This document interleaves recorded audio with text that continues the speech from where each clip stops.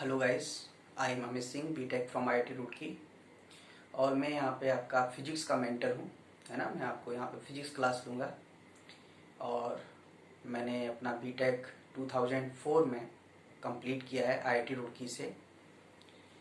तो फिलहाल मैं आपको यहाँ पे फिजिक्स क्लास लूँगा। और ये जो लेक्चर्स हैं, जो आपको अभी लेक्चर्स प्रोवाइड करे जा रहे हैं, ये बेसिकली क्रैश कोर्स बेस्ड हैं। और क्रैश कोर्स में क्या है कि हम पूरा सिलेबस हार्डली 30-40 लेक्चर्स में कंप्लीट करेंगे। जो आपका 11th और 12th का सिलेबस है, हार्डली 30-40 लेक्चर्स में कंप्लीट करेंगे।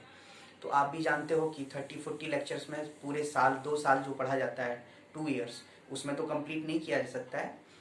पर इन 30-40 लेक्चर्स में जो अपकमिंग एग्जाम्स हैं, उसमें आपको ज़्यादा से ज़्यादा बेनिफिट हो, उसके बेसिस पर हम फॉर्मूलाज, कुछ अच्छे concepts we will discuss here. Okay, तो our first topic is electrostatics.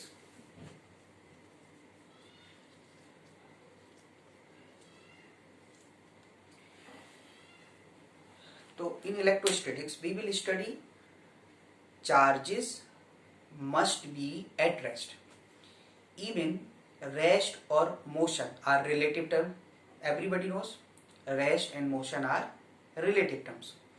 But in electrostatics, our assumption is always charges must be at rest. Suppose if charges are movable, then what happens? So in electrostatics we will study of charges at rest. If charge is rest, means charge either rest charge or moving with uniform velocity. Rest charge means velocity equal to 0. Moving charge with uniform velocity means v equal to constant. And third, accelerated charge. Accelerated charge means v equal to variable, that is a is not equal to 0, but in this acceleration 0 and acceleration 0.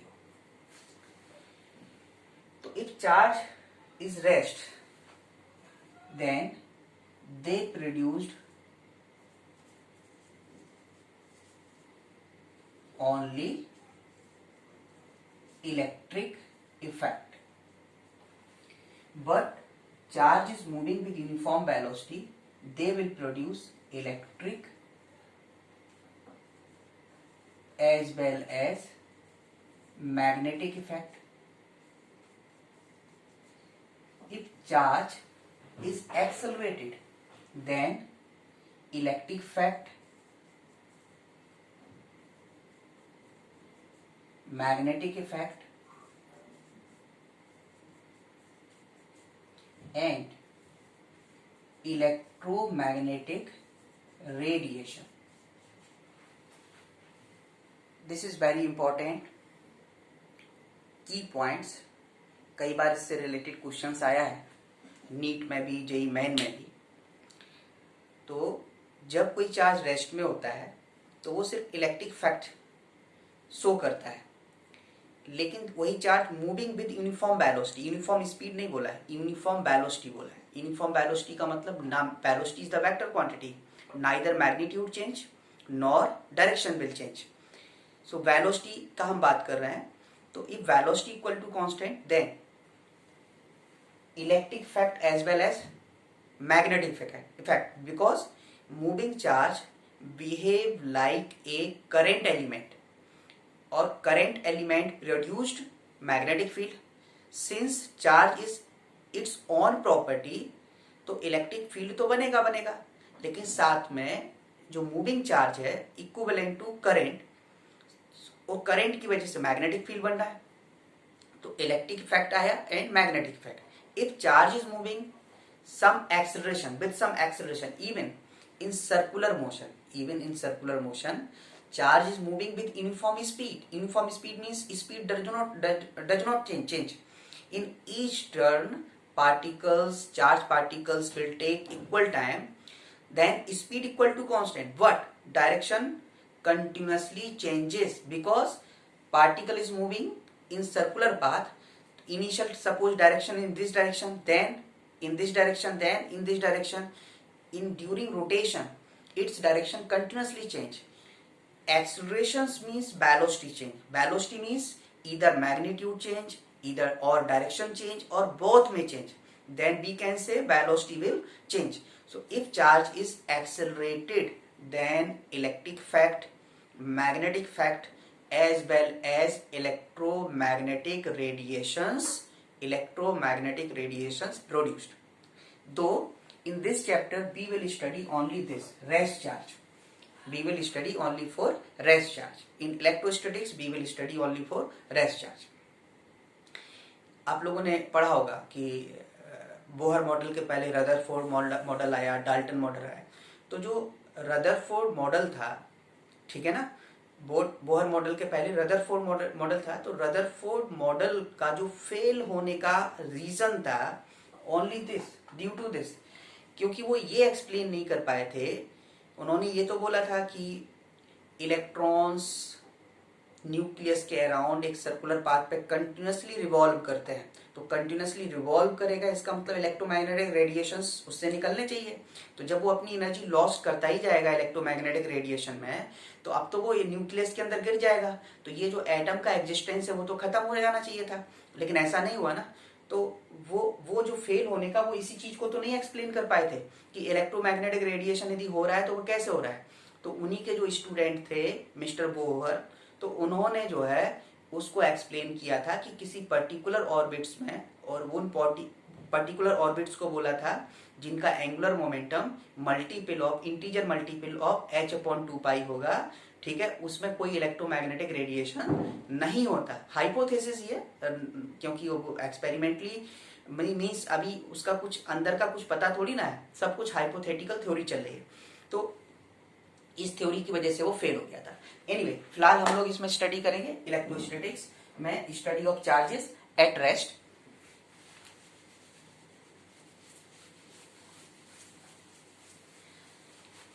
आप लोगों को जैसे कुछ इसमें note down करना है, क्योंकि crash course है, मैं बोलता जाऊंगा और तभी ये कवर हो पाएगा. आपको नीड होता है तो आप वीडियो को पॉज करके स्क्रीनशॉट लेते रहें और उसको बाद में आप प्रिंट आउट निकालें या नोट करें, जो भी करना है वो आपके बेनिफिट लिए अच्छा रहेगा. तो स्टडी ऑफ चार्ज. अब हम सबसे पहले बात करें चार्ज का. तो चार्ज, अब ये छोटे छोटे डेफिनेशन हैं, इसको हम ऐसे ही बोल के खत्म करते हैं. तो जो चार्ज है वो मटेरियल का अपना प्रॉपर्टी है, जिससे कि किसी भी इलेक्ट्रिक फील्ड में वो जाके अपने आप को क्या करता है, इंट्रैक्ट होता है, अट्रैक्ट हो, रिपेल हो. उस प्रॉपर्टी को हम लोग क्या बोलेंगे, यहाँ पे चार्ज बोलेंगे. तो चार्ज की जो प्रॉपर्टीज हैं हम पहले उस पर ही बात करें. तो प्रॉपर्टीज ऑफ चार्जेस, ये बहुत इंपॉर्टेंट है. तो प्रॉपर्टीज ऑफ चार्जेस में पहले तो यही प्रॉपर्टी हो गया कि जैसे सेम नेचर का चार्ज है प्लस प्लस, तो ये अट्रैक्टिव नेचर का होगा, सॉरी ये क्या करेगा, रिपल्सिव नेचर का होगा, एक दूसरे को रिपल करेगा. माइनस माइनस होगा तो भी कैसा है, रिपल्सिव नेचर का. लेकिन अपोजिट नेचर का हुआ, जैसे एक प्लस एक माइनस, तो ये किस तरह का होगा, तो ये अट्रैक्टिव नेचर का होगा. सेम नेचर में repulsive, and in opposite nature they will attract each other. Second point है, charge will be invariance. Invariance means does not depends on motion. Does not depends on motion. Like mass, जैसे for mass m0 y root 1 minus b square by c square. If speed changes, तो by Einstein relation mass continuously changes. But charge remain unchanged even motion occurs. तो मास invariance नहीं है. मास क्या होता है कि motion के साथ मास चेंज होता है, but charge will be invariance. Charge does not change, motion हो, रेस्ट में हो, quantity of charge remain unchange हो इधर। तो Q equal to Q naught, invariance. Third property, charge भी क्वांटिटाइज।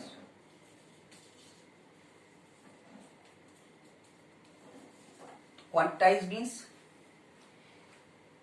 फंडामेंटल पार्टिकल्स जो भी होंगे, इलेक्ट्रॉन, प्रोटॉन, न्यूट्रॉन, ठीक है। मॉडर्न थ्योरी जो है अभी कहा कि भाई इन फंडामेंटल पार्टिकल्स को भी ब्रेक किया जा सकता है क्वार्क्स में, बट क्वार्क्स इस हाइपोथेटिकल थ्योरी है।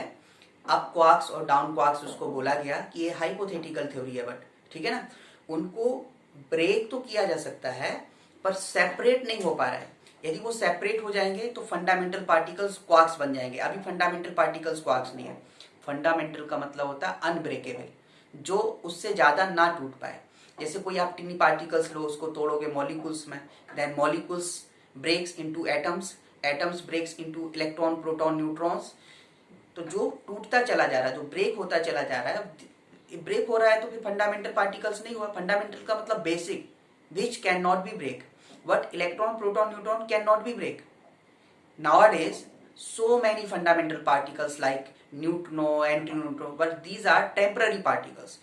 Permanent fundamental particles are electron, proton, neutron. Temporary particles more neutrino, antineutrino, positron, so many particles nowadays. पर वो कब बनते हैं? जब न्यूक्लियर रिएक्शंस होती है तो उसमें वो जनरेट होते हैं, तो वो मोमेंटरी बनते हैं, फिर खत्म हो जाते हैं, टर्मिनेट हो जाते हैं। लेकिन अभी हम फंडामेंटल का मतलब परमानेंट फंडामेंटल पार्टिकल्स की बात करें तो they are electron, proton and neutrons. Fundamental particles also can be break in up quarks and down quarks, बस they can not be separate. हम उनको तोड़ सकते हैं पर उनको सेपरेट नहीं कर सकते हैं। तोड़ते हैं पर वो दे अगेन रिकलेक्ट एंड फिर से वो ओरिजिनल शेप में आ जाते हैं इलेक्ट्रॉन, प्रोटॉन, न्यूट्रॉन में। इसलिए इलेक्ट्रॉन, प्रोटॉन, न्यूट्रॉन को अभी तक हम लोग फंडामेंटल पार्टिकल्स मानते हैं। तो ये जो क्वांटिटाइज वाली बात होती है, तो charge be quantize, that is Q equal to plus minus n e. N integer like 1, 2, 3 positive, ऐसे पॉजिटिव और नेगेटिव एनी और कुछ भी चार्ज हो सकता है। अब एक क्वेश्चन ये भी अराइज होता है कि ये चार्ज आया कहां से। तो देखो, चार्ज आने का क्या प्रॉपर्टी है। आप सोचो कि एक एटम है हमारे पास, तो in orbitals electron is moving, in nucleus proton and neutrons are at rest. Proton and neutrons, proton both are positive, so they repel to each other. Still in nucleus they are bounded. इसका मतलब क्या हुआ, some other forces are present, so even repulsive force acting on the protons, still they are in the nucleus, and they cannot be moving far away to each other. इसका मतलब हुआ कि proton पे repulsive force लग रहा था, लेकिन फिर भी वो अटैच्ड है न्यूक्लियस के अंदर, वो भाग नहीं सकते। इलेक्ट्रॉन प्रोटॉन पे फोर्स लगे समझ में आता है, लेकिन प्रोटॉन पे तो रिपल्सिव फोर्स है, तो उनको तो भाग जाना चाहिए, लेकिन वो फिर भी बंधे हुए हैं। इट्स मीन, इसका मतलब some other forces are there जो इनको क्या करके रखा है, रिकलेक्ट करके रखा हुआ है। और ऑब्वियस है कि वो इससे ज्यादा स्ट्रॉन्ग फोर्स होगा। इलेक्ट्रोस्टैटिक फोर्स एक स्ट्रॉन्ग फोर्स है, लेकिन इसका मतलब इससे भी कोई और स्ट्रॉन्ग फोर्स है जो इस फोर्स को ओवरकम कर रहा है, और that force is known as nuclear force. वो बहुत ही नेचर में अब तक जितने भी फोर्सेस को हम लोग जान पाए हैं, उसमें सबसे स्ट्रॉन्ग फोर्स कौन सा है, न्यूक्लियर फोर्सेस है। तो जो न्यूक्लियर फोर्स इतना स्ट्रॉन्ग है, इवन वो एक लो रेंज फोर्स होता है। न्यूक्लियर फिजिक्स लेक्चर में उसको हम लोग डिस्कस करेंगे। तो कहने का मतलब कि इलेक्ट्रॉन चक्कर लगा रहा है, तो इलेक्ट्रॉन यदि थोड़ा बहुत आप लोग चूंकि 12th पास हो, क्रैश कोर्स के हिसाब से लेक्चर बन रहा है, तो आपको आइडिया होगा, न्यूक्लियर फिजिक्स का भी आपको आइडिया, बोहर मॉडल का भी आइडिया है। बोहर मॉडल में जो आप इलेक्ट्रॉन्स की एनर्जी की बात करते थे, तो 13.6 इलेक्ट्रॉन वोल्ट समथिंग इस तरह, यानी इलेक्ट्रॉन वोल्ट के ऑर्डर का होता है। जबकि न्यूक्लियर वाले चैप्टर में जो हम लोग उसकी बात करते हैं, प्रोटॉन, न्यूक्लियस का मतलब प्रोटॉन एंड न्यूट्रॉन, तो वो होता है मेगा इलेक्ट्रॉन वोल्ट के फॉर्म में। तो मेगा का मतलब 10 की पावर 6, 10⁶ का मतलब इससे 10 लाख गुना हो गया। जो यदि इलेक्ट्रॉन वोल्ट है तो वहां 10 लाख गुना हो गया, इसका 10 लाख टाइम्स हो गया। इट्स मीन इलेक्ट्रॉन को निकालना बहुत आसान है, लेकिन प्रोटॉन या न्यूट्रॉन को निकाल पाना बहुत मुश्किल है। न्यूट्रॉन निकाल भी रहे तो कोई फर्क नहीं पड़ता है, पर चार्ज क्रिएट करने के लिए इलेक्ट्रॉन को रिमूव करना या उसको इंटर कराना इजी काम है, पर प्रोटॉन को निकाल पाना मुश्किल काम है। Because for emission of protons, या प्रोटॉन जब निकलेगा तो बहुत सारा एनर्जी रिलीज होगा, जिसको हम लोग बाइंडिंग एनर्जी के फॉर्म में लिखते हैं। और पर न्यूक्लियन जो बाइंडिंग एनर्जी आती है 1 AMU के करस्पॉन्डिंग, वो 931.5 मेगा इलेक्ट्रॉन वोल्ट होता है। बहुत हाई एनर्जी का रिक्वायरमेंट होता है, तो इतनी एनर्जी से कहां से लाओगे। तो जो चार्ज क्रिएट किया जाता है, यानी जो प्रोडक्शन ऑफ चार्ज का मेथड है, वो सबसे आसान क्या है, इलेक्ट्रॉन को रिमूव करना। तो ये जो पॉजिटिव चार्ज हम लोग यहाँ पे लिखते हैं, ठीक है, तो इसको हम लिख रहे हैं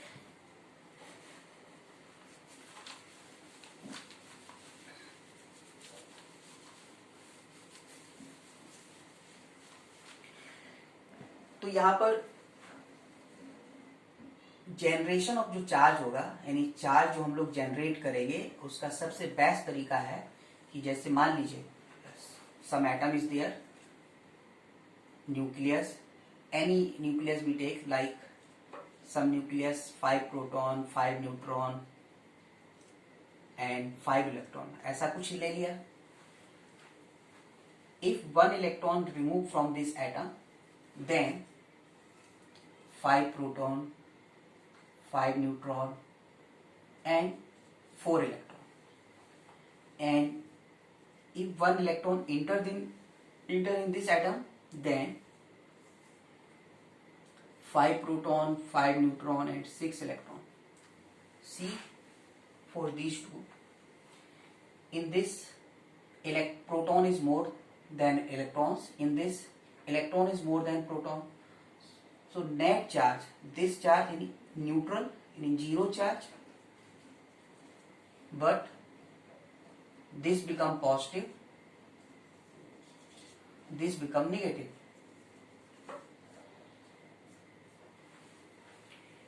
Old definition of charge is positive charge means axis of proton, negative charge means axis of neutron.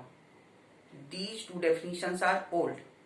Now modern definitions are, because proton does not play any role in production of charge. In production of charge, only electron will play its role. If electron removed, that is deficiency of electrons, create positive charge, and excess of electrons create negative charge. That is, proton does not play any role for positive or negative charge, nature of charge, creating nature of charge. But यहाँ पे हम देखेंगे कि excess of electrons negative and deficiency of electrons create positive charge. If we study, suppose its mass is neutral mass m0 and its mass m plus and its mass m minus. If just we compare, only for comparing, this is neutral atom, this is positive, this is negative. So positive charge means m plus is less than m0. Since, just for comparison, mass of atom decided by the mass of proton and mass of neutron, does not decided by electron, because mass of electron will be negligible. But for comparison, exact calculating the data, m plus charge less than m0. Since one electron removed from this orbits, so mass decreases slightly, but in positive charge, in negative charge, one extra electrons enter in this orbits, तो net charge, net mass become higher, तो m minus become greater than m0. इसका मतलब ये होता है कि मैं आपसे बोलूं कि किसी कंडक्टर को हमने +5 माइक्रोकूलम चार्ज दिया, तो +5 माइक्रोकूलम चार्ज देने का मतलब हमने उसको प्रोटॉन नहीं दिए। +5 microcoulomb charge means we withdraw some electrons from this atom और this metals। तो जब हम उससे कुछ इलेक्ट्रॉन्स को विड्रॉ कर लेंगे तो इलेक्ट्रॉन निकल गए, तो रिमेनिंग चार्ज क्या बचेगा उस पर? पॉजिटिव, क्योंकि अल्टीमेटली तो न्यूट्रल रहना है ना। तो इसका मीन्स हुआ कि यदि +5 माइक्रोकूलम हम लोग चार्ज देते हैं, +5, इट्स मीन्स इलेक्ट्रॉन को विड्रॉ किया। तो इलेक्ट्रॉन को यदि हमने विड्रॉ किया तो उसका मास इफेक्टिव कंपेयर करेंगे तो पहले के कंपेरिजन में रिड्यूस हो जाएगा। लेकिन यदि मैं ये कहता हूं कि सपोज उसको हमने मास क्या किया कि suppose charge given to some metal or some conductors is -5 microcoulomb. -5 microcoulomb means some electrons enter in this metal or this conductors. Some electrons are entering, so net mass become higher than initial mass. Then mass will increase.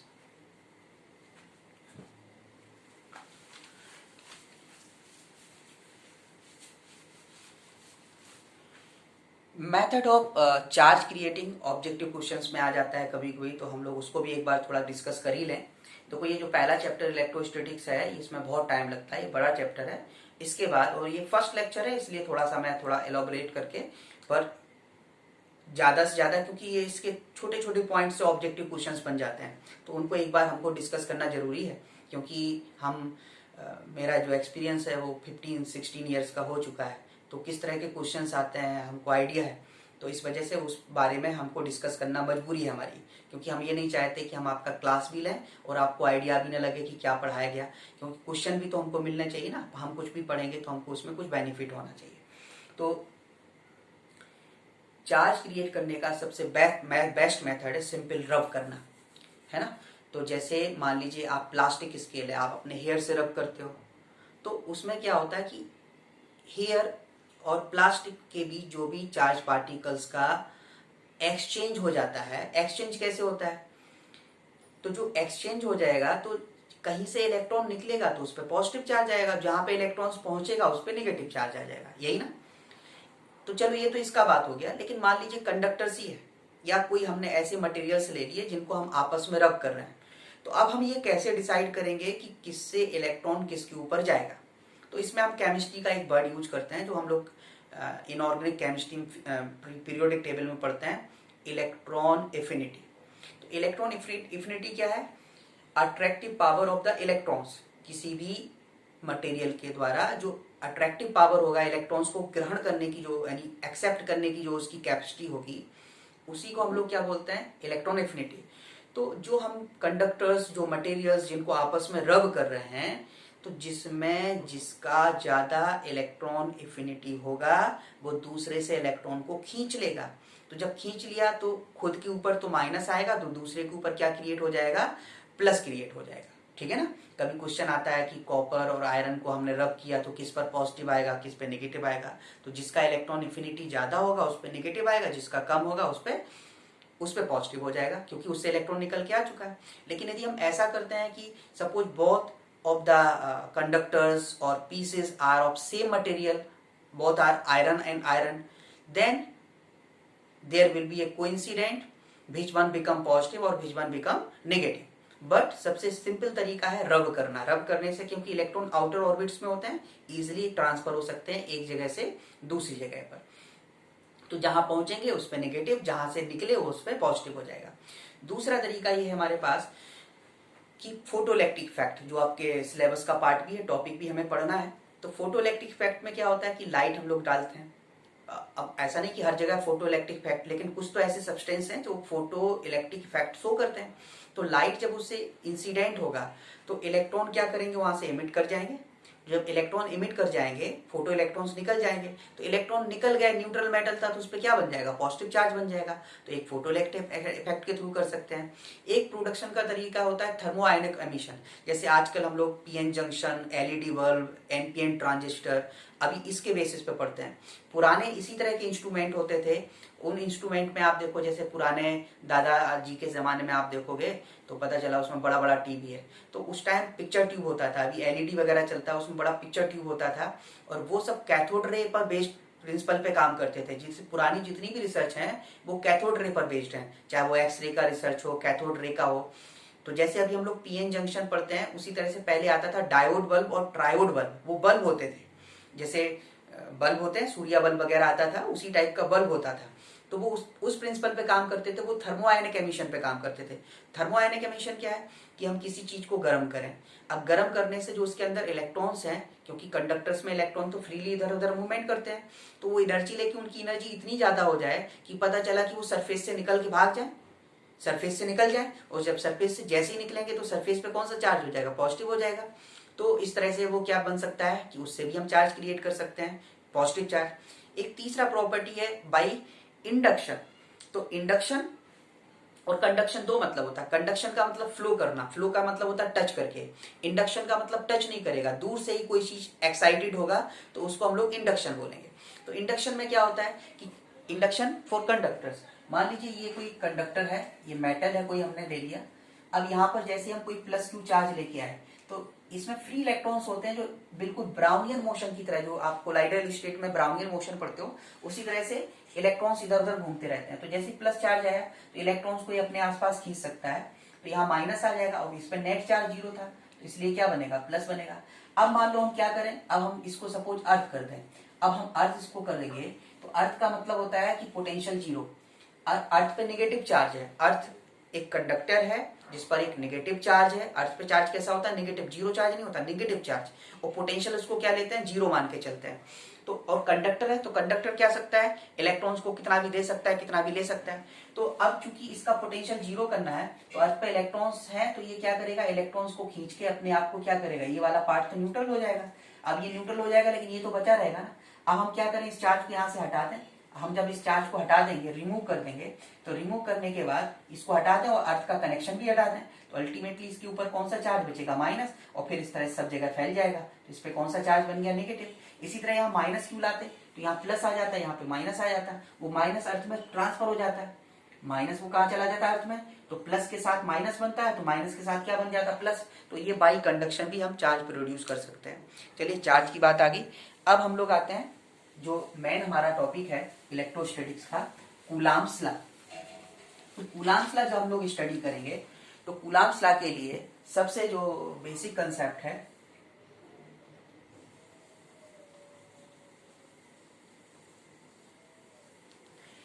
देखो कुछ बातें हम से बोल ही रहे हैं। Coulombs law, एक तो इसकी लिमिटेशंस है कुछ, है ना।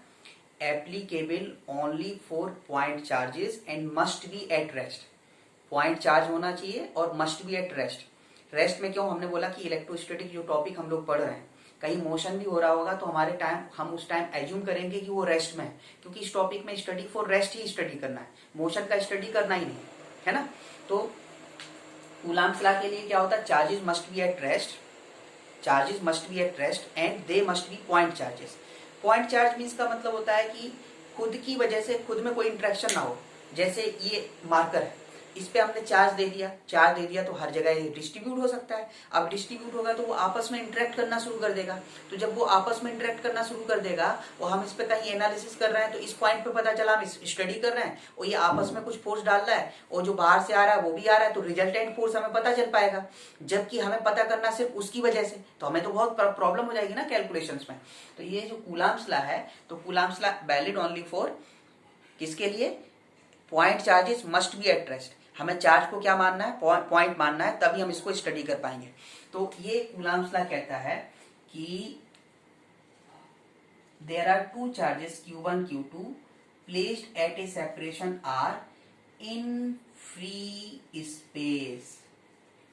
Space, then force of electrostatic force of interaction between them, and that is Fc proportional to Q1 Q2 by R square. When we remove proportionality, then a constant comes which is known as electrostatic constant, and its value 1/4 pi epsilon naught, और 1/4 pi epsilon naught 9 into 10⁹ newton metre square by newton metre square by coulomb square. Epsilon naught is the electrical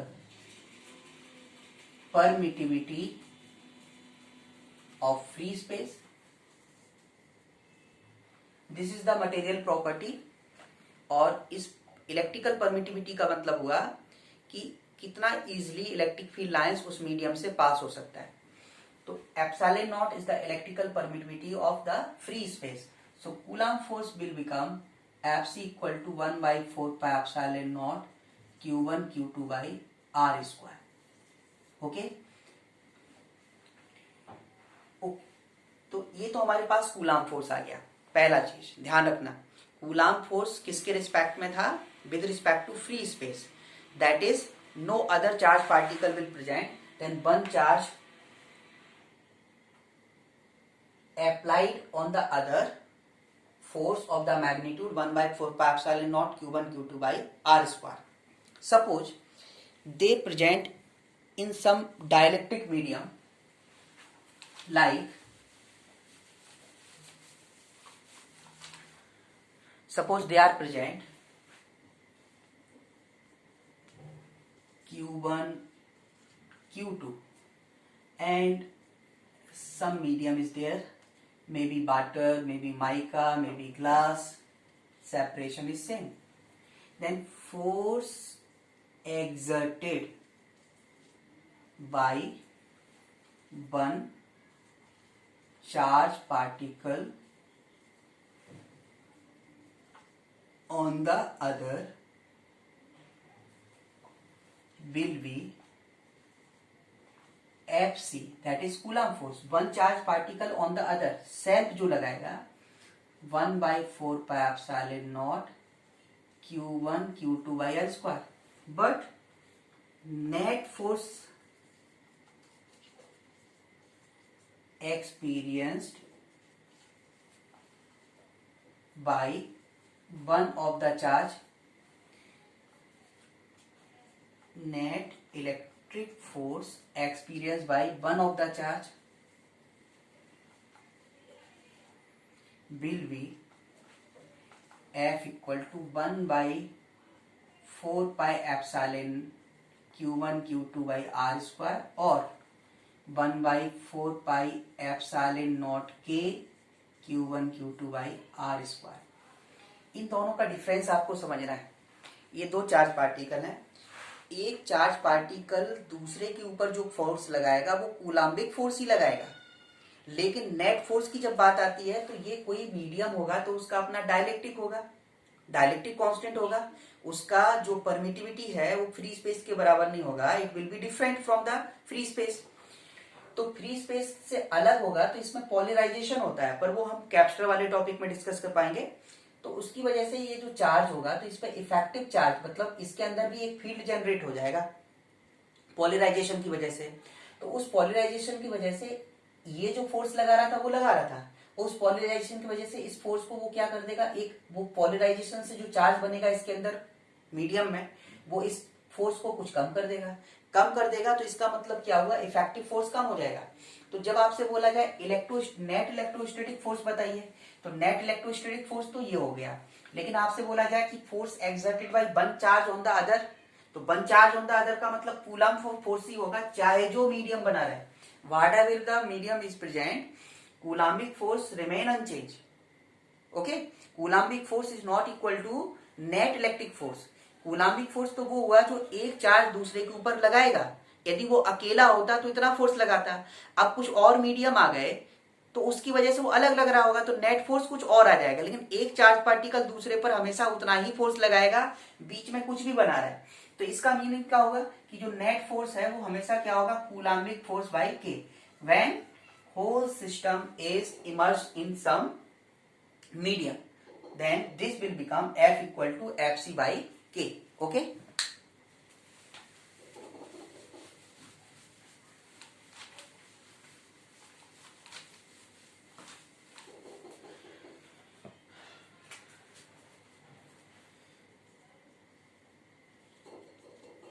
Direction of force. If forces are of same nature, then they will repel. Suppose this charge is minus q1 and minus q2. Again they will repel.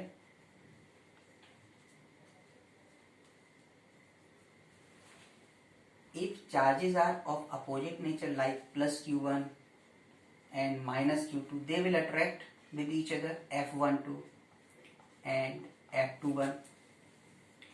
In all the cases, magnitude F12 and F21 equal to 1 by 4 pi epsilon naught can be written small k. Capital K is the dielectric constant and small k is the electrostatic constant. So small k Q1 Q2 by R square. No need to substitute minus and plus decide the direction of force, but in magnitudes either charge is positive or negative, value always taken positive, and F12 equal to minus F21 in all of the cases. देखिए left right, right left, their direction will be opposite. So F12 equal to minus F21. Due to electrostatic force only, F12 plus F21 will be 0. That is, net electrostatic force on the system will be 0. Net electrostatic force on the system will be 0. So F12 plus F21 will become 0. Small k electrostatic constant and capital K is the dielectric constant. Okay.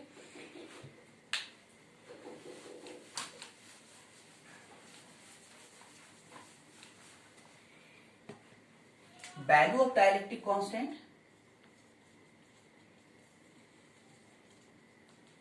K equal to relative electrical permittivity of medium, that is epsilon r, and epsilon r defined as epsilon by epsilon naught. Electrical permittivity of medium, electrical permittivity of free space, and relative. No units of K and epsilon r, but there will be unit of epsilon and epsilon naught. But there will be no unit of K and epsilon r. K belongs to 1 to infinity. K belongs to 1 to infinity. For free space, K taken 1, air 1.002 nearly taken 1,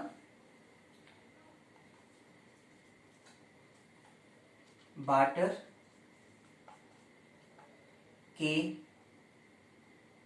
81, metals, that is conductors, K taken infinity.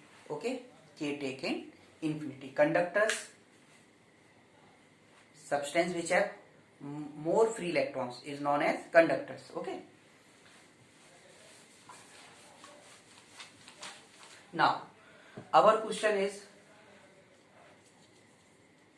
which one is dielectric constant of mica? A infinity, -1, half, and D suppose 9. तो ऐसा कई बार होता है कि हम लोग सही answer नहीं चुन पाते हैं, हमको नहीं आइडिया, क्योंकि ये तो डाटा वाला क्वेश्चन हो गया, याद थोड़ी रहेगा. तो फिर हम लोग रॉन्ग आंसर ढूंढना शुरू करते हैं. माइका एक इलेक्ट्रिकल इंसुलेटर है, जिससे हम लोग स्विच बोर्ड वगैरह बनाते हैं, घर में लाइट के स्विच बोर्ड वगैरह बनते हैं, वो चीज हो गया. इन्फिनिटी पहला चीज तो हम देखें कि डाइलेक्ट्रिक कांस्टेंट कहां से कहां लाई करता है. Dielectric constant will lie between 1 to infinity. Okay, 1 to infinity. Bio वालों को इस पे ज्यादा ध्यान नहीं देना है कि ये जो हमने इन्फिनिटी को छोटा ब्रैकेट लगाया बड़ा ब्रैकेट, ये मैथमेटिक्स वालों के लिए है. हमने k का वैल्यू इक्वल टू इन्फिनिटी लिख दिया, हालांकि इक्वल टू इन्फिनिटी कभी नहीं होता है, पर ये जो डिफरेंस है वो मैथमेटिक्स वालों के लिए ठीक है. बायो वाले तुम लोग इक्वल लिख सकते हो, पर मैथमेटिक्स वालों को हमेशा क्या लिखना चाहिए, टेंस टू इन्फिनिटी. इसलिए हमने इन्फिनिटी को ओपन इंटरवल पे रखा था, 1 को क्लोज पे रखा था. समझ गए ना, इन्फिनिटी हमेशा ओपन पे होता है. एनी a का वैल्यू इन्फिनिटी, तो इन्फिनिटी तो किसके लिए होता है, फॉर मेटल्स. और जबकि डाइलेक्ट्रिक जो हमने दे रखा है यहाँ पर माइका जो दे रखा है, वो माइका तो इंसुलेटर होता है. तो जब माइका इंसुलेटर है, इसका मतलब ये नहीं पॉसिबल है, तो इसको हटा देंगे.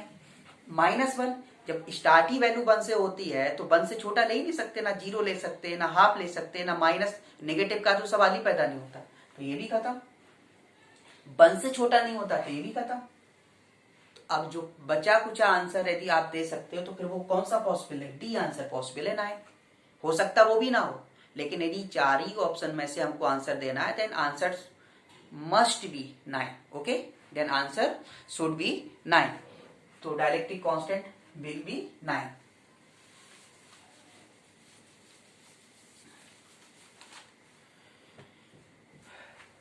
Next question, very interesting question.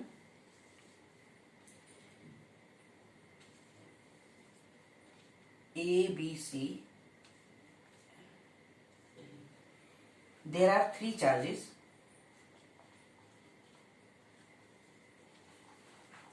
Q each are fixed at 3 vertices of an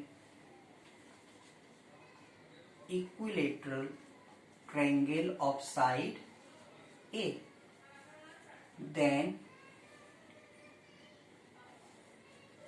calculate net force experienced by any one of the charge. इसका क्या मीनिंग हुआ, ये there are 3 charges Q, Q, Q are fixed at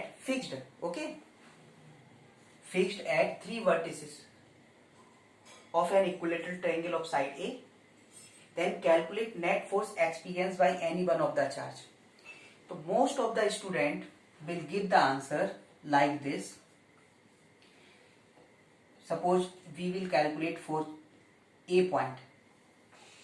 Then this charge and this charge. This charge will repel in this direction. This charge will repel in this direction.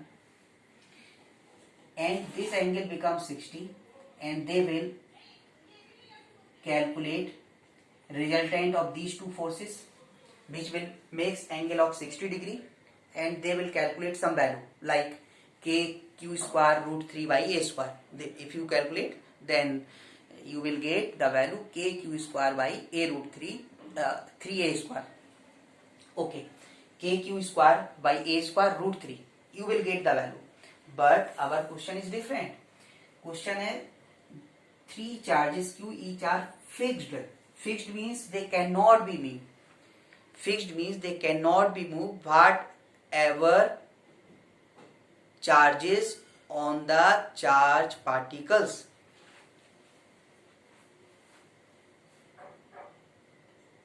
Three charges q each are fixed at 3 vertices. They are fixed charge. I am not asking from your side electrostatic force.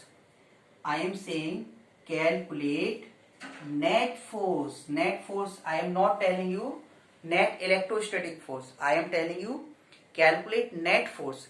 Net force always equal to mass into acceleration. Net force always equal to mass into acceleration. Since these charges are fixed, they cannot be moved, so acceleration will be 0. Since acceleration will be 0, so force equal to m into a must be 0. Since charges are at rest, there will be electrostatic force, but some other forces must be present so that net force become zero, so that charge particle cannot be moved. So our question is calculate net force. Since charge cannot be moved, so net force will be zero. ठीक है ना. हमने question में बोला कि charge movement नहीं कर सकता, चार्जेस आर फिक्स्ड, तो मैंने बोला कि नेट फोर्स बताइए, तो नेट फोर्स जीरो हो गया क्योंकि मूव ही नहीं कर रहा है, तो नेट फोर्स जीरो होगा. कुछ भी यदि फोर्स रहता है तो उसको मोशन कराता है ना, f equal to m into a से, f equal to m into A.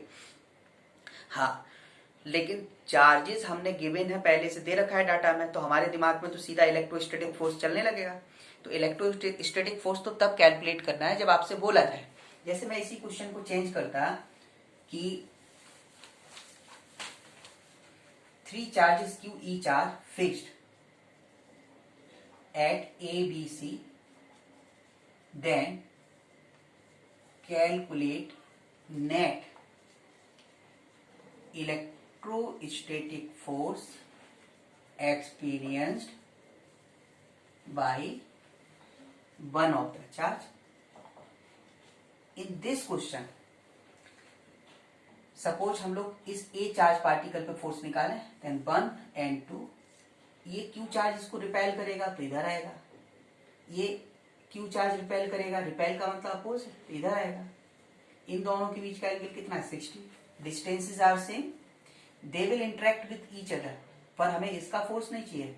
We want to calculate force experience by the charge particle which is placed at A.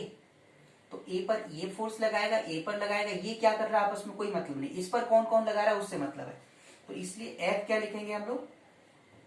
F1 and F2 both will be KQ1 Q2 by A square, that is KQ square by A square, both are equal. Net force P square vector quantity है, simply add नहीं कर सकते हैं, forces are vector quantity, so we will find the resultant, we will sum the forces by vector method, ठीक है, not by scalar method. F1 square plus F2 square plus 2F1 F2 cos 60, F1 equal to F2, so F1 square plus F1 square plus 2F1 square, substitute F2 equal to F1, cos 60 become half, 2 cancel, 3F1 square, that is F1 root 3, so K Q square by A square root 3. Okay, so answer of this question is this.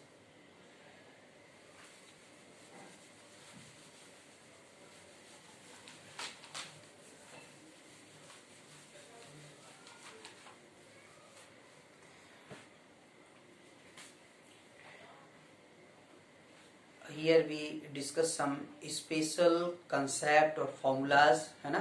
यहाँ पे अभी हम कुछ आपको points लिख रहे हैं जो आगे के लेक्चर्स में हमको जरूरत पड़ेगा, तो हम उसको जो डायरेक्ट डिफरेंशिएशन की हमको रिक्वायरमेंट होगी, है ना, या कुछ सीरीज की रिक्वायरमेंट होगी, तो उसको हम यहाँ पे एक बार डिस्कस कर लेते हैं, जिसको मैं नेक्स्ट लेक्चर में जो आपको नेट फोर्स कैलकुलेशन स्टार्ट करूंगा. अभी तो जस्ट इंट्रोडक्शन था, इस लेक्चर में प्रॉपर क्लास अगले लेक्चर से हमारा स्टार्ट होगा. तो वो फॉर्मूलाज का जो हमें रिक्वायरमेंट है इस चैप्टर में, उसको मैं पहले से डिस्कस कर रहा हूँ. तो पहला चीज, first, suppose S equal to like A plus AR plus AR square plus AR cube plus and so on infinity, and mod r means plus और माइनस, है ना, less than 1, then S will be A upon 1 minus R. We will use this direct formula. तो ये हम लोगों को electrostatics में, capacitors में, मैग्नेटिज्म में सीरीज बनती है, तो वहां पे रिक्वायरमेंट होगा, इसलिए इसको हम लोग डिस्कस कर रहे हैं. We can see the example. S equal to 1 minus half plus 1 by 4 minus 1 by 8 plus 1 by 16 minus 1 by 32 plus and so on up to infinity. तो first term A equal to 1 and R कैसे calculate करो, देखो, this by this और this by this और this by this, तो r equal to second term by first term, and a क्या था first term, तो ये r equal to a equal to 1 and r equal to second term by first term, तो 1/4 upon minus half, that is minus half. Then series will be a upon 1 minus r, 1 upon 1 minus r means minus half, minus minus plus, take 2 LCM, then 2/3 answer. Next example, suppose s equal to 1 plus half plus 1/4 plus 1/8 plus and so on. Then s will be, this is geometrical series, this is known as geometrical series. But series must be convergent, it should not be divergent. Convergent means next term will be smaller than previous term. So s equal to same formula, a means first term, that is 1 multiplied by half, then we obtain 1/2, again multiplied by half, then 1/4, again multiplied by half, then 1/8, that is r equal to half. R is the ratio, geometrical ratio. So a upon 1 minus r, r means 1/2. 2 takes LCM, so 2/2 minus 1, that is 2. Answer. First series is geometrical series, and next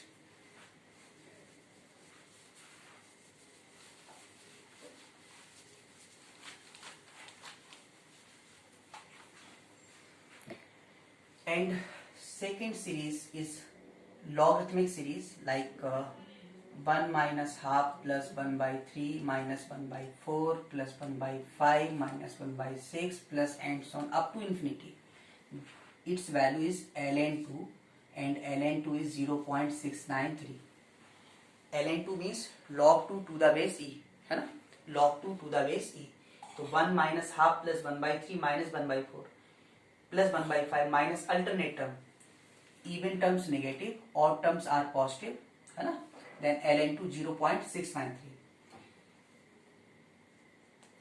Third property, if y equal to like this, x upon x square plus a square whole power 3/2, x upon x square plus a square whole power 3/2, then dy upon dx equal to 0 implies x equal to plus minus a by root 2. इसको हम लोग maxima minima से solve करें, but आपको direct result याद करना है. Function like y equal to x by root x square, y upon x square plus a square whole power 3/2.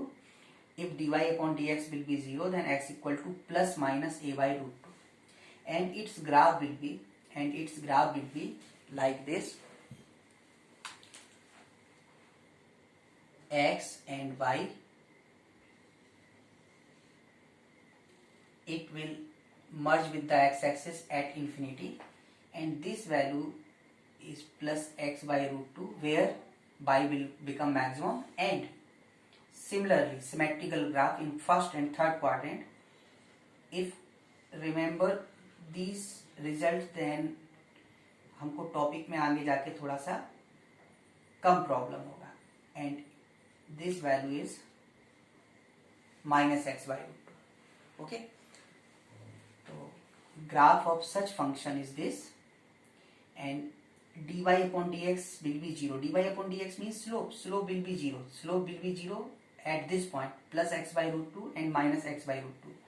So this will be maximum value. If we take its mod, then this graph, इसका क्या बनेगा, mirror image. Then mirror image बनेगा, then graph will become like this, right? But अभी आपको ऐसे याद रखना है कि y equal to x by x square plus square whole power 3/2, and dy upon dx equal to 0, x equal to plus minus a by root 2. Okay,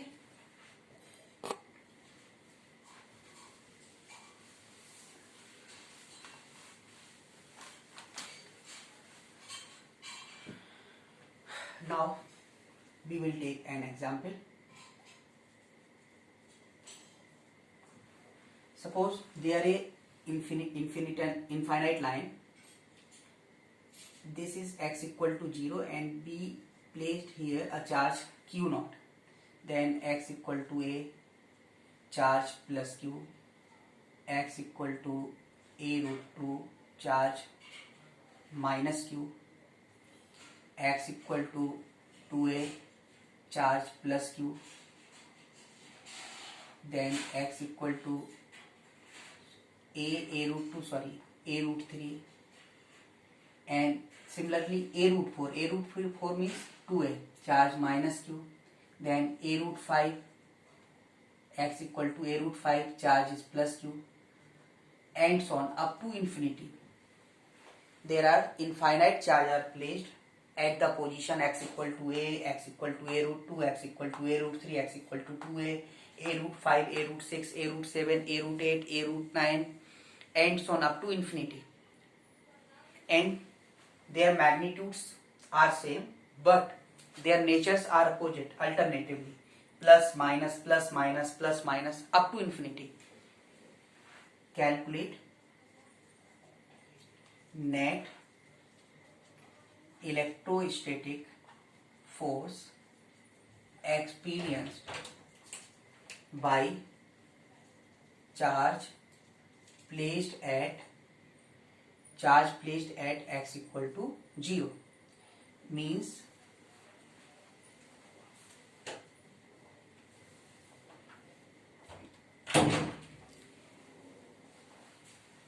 हम लोगों को उस चार्ज पर फोर्स कैलकुलेट करना है इलेक्ट्रोस्टैटिक, जो कहाँ पे रखा, ओरिजिन पे रखा है. Suppose for solution 1 2 3 4 5 they interact mutually, but हमको इससे कोई मतलब नहीं. हमको मतलब है कि ये फोर्स इस पे कितना लगाएगा, ये कितना लगाएगा, ये कितना लगाएगा, ये कितना लगाएगा, बीच में कुछ भी आ जाए कोई फर्क नहीं पड़ता है. तो first, due to one force F1, k q नॉट q by a square, k q नॉट q by a square, and its direction plus q. This q charge repel to this towards right, towards left. Left means negative x. So in the vector form we can write here minus I cap. Similarly F2 is negative and this is positive. F2 will be attractive, so towards the right side, that is k q naught q by separation square a root 2 square. A root 2 means 2a square, and direction towards this, that is plus I. Similarly F3 again repair, and separation become a root 3, and F3 k q naught q by 3a square and minus I cap, and so on. We want resultant. Now F equal to vector quantity, force is the vector quantity, so we must find the resultant by vector sum. If we do the vector sum, then see here, in each of them k q naught q by a square common, also take minus I cap common, then here 1, since we take minus I common, so it will become minus, and 1 by 2, again 1 by 3, minus 1 by 4, up to infinity. I already told you value of this such series 1 minus half plus 1 by 3 minus 1 by 4, value of such series is ln2. So F equal to k q naught q by a square ln2 minus I cap, means force is k q naught q by a square ln2, and minus I means rather than right, minus means left. So this, and directed towards left. Okay, so and